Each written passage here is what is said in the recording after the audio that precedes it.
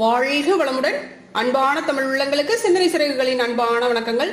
அன்பானவர்களே, இன்னைக்கு நம்மளுடைய சிந்தனைக்குள்ளார போற விஷயம், இந்த பிரபஞ்ச சக்தியின் மூலம் ஈர்ப்பு விதியை பயன்படுத்தி அபரிமிதத்தை நம்முடைய வாழ்க்கையில் கொண்டு வர முடியுமா, இது சாத்தியமா அப்படிங்கறது தாங்க நம்ம இன்னைக்கு சிந்திக்க போறோம். நம்முடைய வாழ்க்கையில் நடக்கக்கூடிய எல்லா விஷயங்களுக்கும் மிகப்பெரிய காரணி யாருங்க? மனம்தான், எண்ணம் தான். அப்ப இது சரியா செயல்பட்டா மட்டுமே நம்மளால இந்த விஷயங்களை எல்லாம் நம்மளுடைய வாழ்க்கைக்கு கொண்டு வர முடியும். அதாவது இந்த அபரிமிதம் அப்படிங்கிற ஒரு விஷயம். அப்ப இந்த மனதை நம்ம சரியா அந்த நிலைக்கு கொண்டு வரணும். ஃபர்ஸ்ட் நம்ம மனம் பத்தி நிறைய பேசியிருக்கோம். அப்ப மனதை நம்ம எப்படி வச்சுக்கணுங்க? குழப்பம் இல்லாத ஒரு மனமாக நம்ம வச்சுக்கணும். மனம் கிட்ட பேசி புரிய வச்சு அதை சரியா கையாண்டு கரெக்டா பக்குவப்படுத்தி இது எனக்கு தேவை அப்படின்னு நம்ம என்ன பண்ணணுங்க? கரெக்டா அதை அணுகும் பொழுது நம்மளுக்கு இது சாத்தியமான ஒரு விஷயமா தான் இருக்குங்க. புறமணம் பார்த்தோம்னா எதை நம்புதோ அதை தான் ஆழ்மனம் அதுக்குள்ளார கொண்டு போகும் அப்படின்னு நம்ம சொன்னோம். அப்ப புறமனதுகிட்ட நம்ம ஒரு விஷயத்த நம்ப வச்சுட்டோம் அப்படின்னா அது என்ன பண்ணுங்க? டைரக்டா அது ஆழ்மனதுகிட்ட அது கொண்டு போய் சேர்க்கும். அப்ப என்ன பண்ணணும் அப்படின்னு பாத்தீங்கன்னா, எதெல்லாம் உங்களுக்கு தேவை, எதெல்லாம் உங்களுடைய வாழ்க்கைக்கு தேவையில்லை அப்படிங்கிறத மனதுகிட்ட சரியா பேசி தெளிவுபடுத்தி, இதுதான் என்னுடைய வாழ்க்கைக்கு தேவை, இது என்னுடைய வாழ்க்கைக்கு தேவையில்லை அப்படிங்கிறத சரியா ஃபில்டர் பண்ணி எடுத்து தூக்கி போட்டோம் அப்படின்னா அந்த மனம் என்ன பண்ணும் அப்படின்னு பாத்தீங்கன்னா, ஆழ்மனதுகிட்ட அதை பதிவுகளாக பதிய வச்சிரும். அப்ப அந்த ஆழ்மனம் என்ன பண்ணுங்க? சரியான நிகழ்வு நடக்கும் பொழுது சரியான தருணத்துல இந்த பிரபஞ்ச சக்தியிடமிருந்து எது நம்மளுக்கு தேவை, எது அபரிமிதமாக நம்மளுடைய வாழ்க்கைக்கு தேவை அப்படிங்கிறத நம்ம ஈர்க்கிறோமோ அது கண்டிப்பா அப்ப நடக்கும். அப்ப இதுல மிக முக்கியமான ஒரு விஷயம் என்னதுங்க? மனம் அதற்கு தயாராக இருக்க வேண்டும். நம்முடைய மனம் அதை ஏற்றுக்கொள்வதற்கு, நம்புவதற்கு தயாராக இருக்க வேண்டும். அப்பதான் நம்மளுக்கு இந்த விதி வேலை செய்யுங்க. இல்லைன்னா கண்டிப்பா இது நம்மளுக்கு 100% வெற்றி அளிக்காது. நீங்க நம்பல, உங்களுடைய மனம் கண்டிப்பா நம்பல, 100%, அதாவது 100% அந்த மனம் நம்புச்சுன்னா மட்டும்தான் இது சாத்தியமாகும். உங்களுக்கு ஒரு டவுட் இருந்துச்சு அப்படின்னாலும் கண்டிப்பா அங்க பிரபஞ்ச சக்தி அதை செயல்படுத்தாது. இதுதாங்க விஷயம்.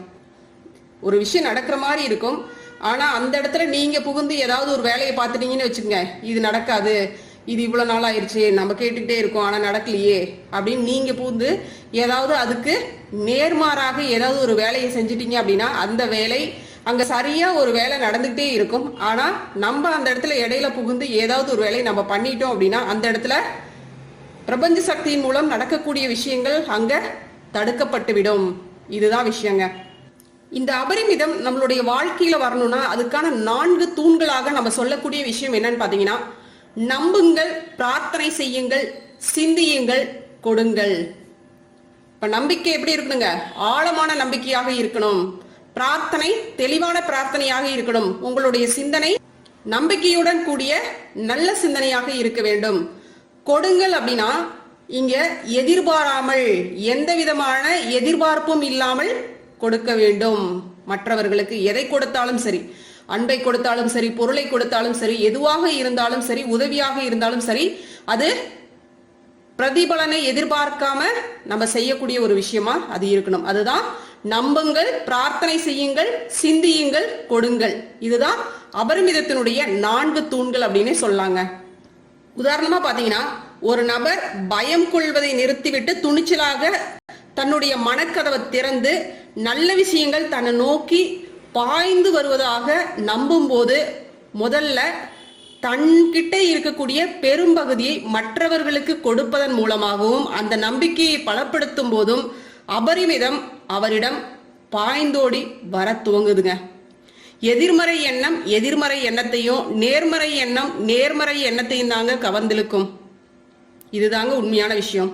நீங்க மோசமான, இழிவான, சிறிய எண்ணங்களின் அடிப்படையில வாழ்ந்தீங்க அப்படின்னா அதே போல இருக்கக்கூடிய கண்ணோட்டத்தை கொண்ட நபர்களை தான் நீங்க கவர்ந்திழுப்பீங்க.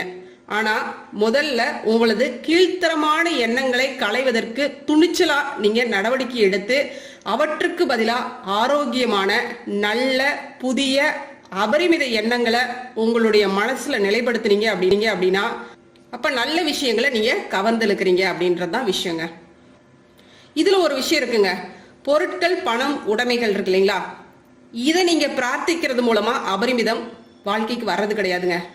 இதுக்கு மாறாக உள்நோக்குகள் மற்றும் யோசனைகள், அதாவது உள்ள நீங்க என்ன விதைக்கிறீங்களோ, உள்ள நீங்க கற்பனையா நீங்க என்ன விஷயத்த உள்ள சிந்திக்கிறீங்களோ, என்ன யோசனை பண்றீங்களோ இது குறித்து நீங்க பிரார்த்தனை செய்யணும். அதாவது இப்போ ஒரு வேலை கிடைக்கணும் அப்படின்னு வச்சுக்கோங்க. அப்ப உங்களுடைய எண்ணம், சொல், செயல் எல்லாத்துலயும் அது உணர்வாக கலந்து இருக்கணும். அதுதாங்க விஷயம். அப்ப அது குறித்தே நம்ம பிரார்த்தனை செய்யணும், அது குறித்தே நம்மளுடைய கற்பனை இருக்கணும். இதுதாங்க விஷயம். இதுதான் உங்களுடைய வாழ்க்கையை வளப்படுத்தக்கூடிய ஒரு பயனுள்ள விஷயமாக மாறி போகுங்க. நம் வாழ்க்கையினுடைய ஆக்கப்பூர்வமான அனைத்து சக்திகளுமே நம்ம மனசுகிட்ட தாங்க இருக்கு. அபரிமிதம் உங்களுக்குள்ளார குடிகொண்டு இருக்கு. புதிய எண்ணங்களை சிந்திக்கிறது மூலமா எல்லா விதமான நல்ல விஷயங்களையும் உங்களை நோக்கி உங்களால் கவர்ந்திழுக்க முடியுங்க. மட்டுப்படுத்தப்பட்ட சிந்தனையை கொண்ட ஒருவரால அபரிமிதத்தை ஒருபோதும் தன்னால கவர்ந்திழுக்கவே முடியாதுங்க. மட்டுப்படுத்தப்பட்ட சிந்தனைனா என்னங்க? நேரடியா நம்ம சொல்லணும்னா கேவலமான சிந்தனைகள். அதாவது இந்த பிரபஞ்ச சக்திக்கு எதிராக செயல்படக்கூடிய சிந்தனைகள் அப்படின்னு சொல்லாங்களே, இதுதான். எப்பயுமே பிரபஞ்ச சக்தி பாத்தீங்கன்னா நேர்மறையான விஷயங்களுக்கு தான் கை கொடுக்கும் ஒழிய இந்த மாதிரியான மட்டுப்படுத்தப்பட்ட சிந்தனைகளுக்கு கண்டிப்பா ஒருபோதும் கை கொடுக்குவதே கிடையாது. அதுதாங்க இங்க விஷயம். என்ன காரணம் அப்படின்னு பாத்தீங்கன்னா, நீங்க ஒரு உண்மைத்தன்மையை நோக்கி நீங்க ஈர்க்கும் பொழுது அதனுடைய சிந்தனை பாத்தீங்கன்னா உங்ககிட்ட தெளிவா இருக்கும். நீங்க ஒரு உன்னதமான மனிதராக இருக்கும் பொழுது அது எப்பவுமே அது மாறாத தன்மையுடையதாக இருக்கும். ஆனா மட்டுப்படுத்தப்பட்ட சிந்தனையாக இருக்கும் பொழுது, ஒரு பொய்மை தன்மையுடைய சிந்தனையாக இருக்கும் பொழுது, அது பொய் எப்பவுமே பாத்தீங்கன்னா ஒரு மாதிரியே இருக்காது இல்லைங்களா? பொய் என்ன பண்ணுங்க, மாறி மாறி மாறி மாறி அது நேரத்துக்கு தகுந்த மாதிரி தன்னுடைய போக்கை மாற்றிக்கொண்டே போகும் இல்லைங்களா? அதனால அதால ஒரே மாதிரி சிந்திக்கவும் முடியாது. அதுதான் விஷயம். அப்ப எண்ணம், சொல், செயலால நமக்கும் நன்மையாக இருக்கணும், மற்றவர்களுக்கும் அது நன்மை தரக்கூடிய விஷயமாக இருக்கும் பொழுதே இந்த பிரபஞ்ச சக்தி பாத்தீங்கன்னா இந்த ஈர்ப்பு விதியின் மூலம் அபரிமிதத்தை நம்மளுடைய வாழ்க்கைக்கு கொண்டு வந்து சேர்க்குங்க. இதுக்கு மிக முக்கியமான ஒரு உதாரணமாக ஒருவருடைய வாழ்க்கையில் நடந்த உண்மை கதையை உங்களுக்கு சொல்வதன் மூலமாக உங்களால இது எப்படி செயல்பட முடியும் அப்படிங்கிறத தெரிஞ்சுக்க முடியுங்க. தெளிவா தெரிஞ்சுக்க முடியும். சீன கம்யூனிஸ்டுகளிடமிருந்து தப்பி ஓடி வந்த ஒரு அகதி தாங்க சவ் அப்படிங்கிறவரு. இவர் பாத்தீங்கன்னா இதுக்கு முன்னாடி பழைய சீனாவுல ஒரு பணக்கார வியாபாரியாக இருந்திருக்கிறாரு. சுதந்திரத்தை பெரிதும் நேசித்த அவர் தன்னுடைய குடும்பத்தினரை அழைத்து கொண்டு கையில் சல்லி காசு இல்லாம சீனாவை விட்டு வெளியேறியிருக்காரு. துணிச்சலும், இறை நம்பிக்கையும், அன்பும், நேர்மறை சிந்தனையும் மட்டுமே அவரிடம் எஞ்சி இருந்திருக்கு. பௌதீக ரீதியாக அபரிமிதமாக வாழ்வது என்றால் என்ன என்பதை அவர் நல்லா தெரிஞ்சு வச்சிருந்தாருங்க. ஆனா மிகவும் சிக்கனமாக வாழ்வது என்றால் என்ன என்பதை ஹாங்காங்கில் அவர் தெரிந்து கொண்டார். உண்மையில பாத்தீங்கன்னா அவரு பெரும் வறுமையில தான் இருந்தாரு. அவரும் அவருடைய குடும்பத்தாரும் கையில் பணமோ அல்லது பணத்திற்கு வழியோ இன்றி ஹாங்காங்ல முதன்முறையாக கால் பதித்த போது தாங்கள் தங்குவதற்கு அட்டை பெட்டிகளால் ஆன ஒரு சிறிய குடிசையை அவர் அமைச்சாரு. வீட்டிற்கு வெளியே திறந்த வெளியில அவர்கள் அடுப்பு மூட்டி உணவை சமைச்சு சாப்பிட்டாங்க. அவர்கள் ஹாங்காங் பல வாரங்களுக்கு பிறகுதான் ஒரு மாதத்திற்கு 10 ஹாங்காங் டாலர்கள் சம்பளத்துல சவிற்கு ஒரு சுமாரான வேலை கிடைச்சிச்சு. ஆனா இந்த மாதிரி ஒரு குறைவான சம்பளத்துல தனக்கு வேலை கிடைச்சிருக்கு அப்படிங்கிறது குறித்து அவருக்கு எந்த விதமான வெறுப்பும் கோபமும் இல்ல. இதுதான் இங்க விஷயம். தனது சூழ்நிலையை மேம்படுத்துவதற்கு அவர் தன்னாலான அனைத்து வேலைகளையும் செஞ்சாரு. அவரது முயற்சிகள் தோல்வியடைந்த போது அந்த பின்னடைவுகளை அவர் பொருட்படுத்தாம இருந்தாரு. தனது மனநிலையை மாற்றி அபரிமிதமாக சிந்திப்பது எப்படி என்பதை அவர் நல்லா தெரிஞ்சு வச்சிருந்தாரு. வெஸ்லி என்ற கிராமத்துல ஒரு தேவாலயத்தின் குடியிருப்பு பணித்திட்டத்துல தனது குடும்பத்திற்காக ஒரு சிறிய வீட்டை வாடகைக்கு எடுப்பதற்கு அவர் ஏற்பாடு செய்ய முயற்சித்தார். சவ் ஒரு கிறிஸ்துவருங்க. வெஸ்லி கிராமமானது சிறிய குடில்கள் நிறைந்த ஒரு அருமையான சமூகத்தை கொண்டிருந்தது. அங்கிருந்த வீடுகள் குறிப்பாக அகதிகளுக்காக கட்டப்பட்டிருந்துச்சு. 2 அறைகள் கொண்ட குடில்கள் ஒரு பிரகாசமான மலைப்பகுதியில அமைஞ்சிருந்துச்சு. அந்த குடில்கள் எப்படி அமைஞ்சிருந்துச்சுன்னு பாத்தீங்கன்னா ரொம்ப சுத்தமாகவும் கதகதப்பாகவும் வசீகரமாகவும் இருந்துச்சு. ஆனா அதனுடைய வாடகை என்ன அப்படின்னு பார்த்தோம்னா நாளொன்றுக்கு 8 அமெரிக்க சென்ட்டுகள். ஆனா இது சவ்விற்கு கட்டுப்படி ஆகல. ஆகையால பாத்தீங்கன்னா அவருடைய கனவு நனவாகல. ஆனாலும் அந்த வாடகையை கொடுப்பதற்கு வழி இருந்த அவரது நண்பர்களும் அண்டை வீட்டாரும் தங்கள் ஜாமான்களை கட்டி எடுத்துக்கொண்டு வெஸ்லி கிராமத்தின் மலைப்பகுதியில் சிரமப்பட்டு ஏறிக்கொண்டிருந்த நாட்கள்ல அவர்களுக்கு உதவுவதற்கு சவ் அங்கு முதல் ஆளாக போய் நின்றார். அவர்களது கனமான அட்டை பெட்டிகள் சுமந்து சென்று உதவி செய்தார். அவர் சிரித்துக் கொண்டும் பாடிக்கொண்டும் வெஸ்லி கிராமத்தின் குடில்களில் குடியேறுவதற்கு கொடுப்பனை இருந்த மக்களுடைய உடைமைகளை சுமந்து சென்றார். அவர்கள் குறித்து அவர் மகிழ்ச்சியாக தான் இருந்தார். இவர்களுக்காவது இந்த மாதிரியான ஒரு வீடு கிடைச்சிருக்கே அப்படின்னு சொல்லிட்டு ரொம்ப மகிழ்ச்சி கொண்டாரு. வயதான பாட்டிகளுக்கும் இளம் குழந்தைகளுக்கும் அவர் உதவி செஞ்சாரு. தனது சொந்த குடும்பத்தை அங்கு குடியமர்த்த வேண்டும் என்று அவர் பெரிதும் விரும்பிய போதும் அதற்கு வசதி இருந்தவர்களுக்காக அவர் உண்மையிலேயே மட்டற்ற மகிழ்ச்சி அடைந்தார். எவ்வாறு அபரிதமாக சிந்திப்பது என்பதை அவர் நல்லா தெரிஞ்சு வச்சிருந்தாரு. சவ்வின் நிலைமையும் அதிர்ஷ்டமும் படுகொலியில் இருந்த போதும் அபரிதமான மகிழ்ச்சி, பிறருக்கு மனமுவந்து உதவும் சுயநலமின்மை, மற்றவர்கள் குறித்து நல்ல எண்ணம், உற்சாகம் இதெல்லாம் சவ்விடம் இருந்துச்சு அப்படிங்கிறது தாங்க இந்த கதையில நம்ம தெரிஞ்சுக்க வேண்டிய மிக முக்கியமான அற்புதமான ஒரு விஷயம். அவருடைய முகத்தை பார்த்தாலே நம்மளுடைய இதயம் அப்படியே கனிந்து போகும். அந்த மாதிரி தன்மையில தான் அவருடைய முகம் கூட இருக்கும் அப்படின்னு சொல்லுவாங்க. சில நாட்கள்லயே பாத்தீங்கன்னா மாதத்திற்கு 35 ஹாங்காங் டாலர்கள் சம்பளத்துல யாரோ ஒருத்தங்க சவ்விற்கு வேலை தேடி கொடுத்தாங்க. இது அவரது முந்தைய சம்பளத்தை விட 3 மடங்கு அதிகமா இருந்துச்சு. அபரிமித விநியோக விதி பலனளித்துக் கொண்டிருந்தது. விரைவில் வெஸ்லி சமூகத்தின் குடியிருப்புல ஒரு குடில் காலியானது. அங்கு குடிவருமாறு சவ்விற்கும் அவரது குடும்பத்தாருக்கும் அழைப்பு வந்ததில் வியப்பு எதுவுமே இல்லைங்க. கொடுப்பதற்கு தன்னிடம் ஏதும் இல்லாத ஒரு சமயத்துல கூட சவ் பாத்தீங்கன்னா மற்றவர்களுக்கு தாராளமாக கொடுத்தார். எதை கொடுத்தாருங்க? உதவிகளை கொடுத்தார், அன்பை கொடுத்தார். எனவே அவர் அபரிமிதமாக திரும்ப பெற்றார். இந்த சிந்தனை மற்றும் வாழ்க்கை விதியை கொண்டு மிக கடினமான சூழ்நிலைகளில் கூட ஒருவரால் படைப்பு திறனுடன் செயல்பட முடியும். அப்ப அபரிமித விதியுடன் நீங்கள் ஒத்திசைவாக இருக்கும் போது நல்ல விஷயங்கள் உங்கள் வாழ்வில் அலைகள் என உயர்ந்து உங்களை வந்து சேரும்.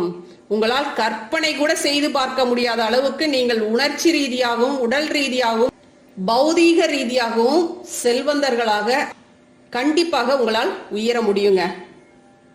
இந்த ஒரு விஷயம் உங்களுடைய வாழ்க்கையில் நடக்கணும் அப்படின்னா இந்த அபரிமிதம் உங்களுடைய வாழ்க்கையில, அதாவது நீங்க இசைவாக வாழும் பொழுது, அதிகமாக நம்பிக்கையோடு இருக்கும் பொழுது, நீங்க அதிக அளவுல ரிஸ்க் எடுக்கணும், இத பத்தியே எப்பொழுதும் சிந்தனையோடு இருக்கணும் அப்படிங்கிற மாதிரியான சூழல்லாம் ஒன்றும் இல்லைங்க. நீங்க பாட்டுக்கு நேர்மறை சிந்தனையோட இந்த மாதிரியான ஒரு விஷயத்துல நம்பிக்கையோட பிரஜையோட உங்களுடைய சிந்தனை முறையை ஆக்கப்பூர்வமா அமைச்சுக்கிட்டீங்கன்னா போதும், வேற ஒண்ணுமே இல்லைங்க. இது போல உங்களுடைய சிந்தனை முறை இருக்கும் பொழுது 6 மாதங்களுக்குள்ளார பாத்தீங்கன்னா உங்களுடைய வாழ்க்கை அபரிமிதமாக செழிப்புற்று இருக்கும் அப்படின்னு நம்மளால உறுதியா கூற முடியுங்க. ஆனா அந்த இடத்துல நீங்க எந்த விதமான டவுட்டும் இல்லாம இருக்கணும். அதுதான் விஷயமே. இந்த குறிப்பிட்ட காலத்திற்குள்ளார நீங்க உங்களுடைய வாழ்க்கையை எப்படி கொண்டு போகணுங்க? நேர்மறையோட கொண்டு போகணும், அவ்வளவுதான். இதுல எந்த இடத்துலயும் உங்களுக்கு எதிர்மறை சிந்தனை அப்படிங்கிற ஒரு விஷயம் உங்களுக்குள்ளார உள்ள பூந்து வேலை பார்த்துச்சு அப்படின்னா அது அந்த இடத்துல தடைபட்டுரும். அதுதான் இங்க மிக முக்கியமான விஷயம். இந்த அபரிமித சக்தியை ஈர்க்கிறதுக்கு முக்கியமான ஒரு விஷயம் நேர்மறை சிந்தனை தான். எப்பவுமே அந்த நேர்மறை சிந்தனை இருந்துகிட்டே தான் இருக்கணும். இந்த பிரபஞ்ச சக்தி கண்டிப்பா நம்மளுக்கு தேவையானதை கரெக்டா கொண்டு வந்து கொடுக்கும் அப்படிங்கிற ஒரு சிந்தனை ஓட்டம் இருக்கணும். எந்த விதமான இடையூறுகள் நம்மளுடைய வாழ்க்கையில வந்தாலும் அது ஏதோ ஒரு நல்ல விஷயத்துக்கு தான் நம்மளைய தயார்படுத்துது அப்படிங்கிற மாதிரியான சிந்தனை நம்மளுக்குள்ளார இருக்கணுங்க. இதுதாங்க நேர்மறை சிந்தனை. ஆகா, இந்த மாதிரியான விஷயம் வந்துருச்சு, இது ஒரு பிரச்சனை அப்படின்னு நம்ம உள்ள போட்டு நம்மளையே நம்ம டவுன் பண்ணிக்கிட்டோம்னு வச்சுக்கோங்க, கண்டிப்பா இந்த மாதிரியான விஷயங்கள்லாம் நம்மளுடைய வாழ்க்கையில கொண்டு வரவே முடியாது.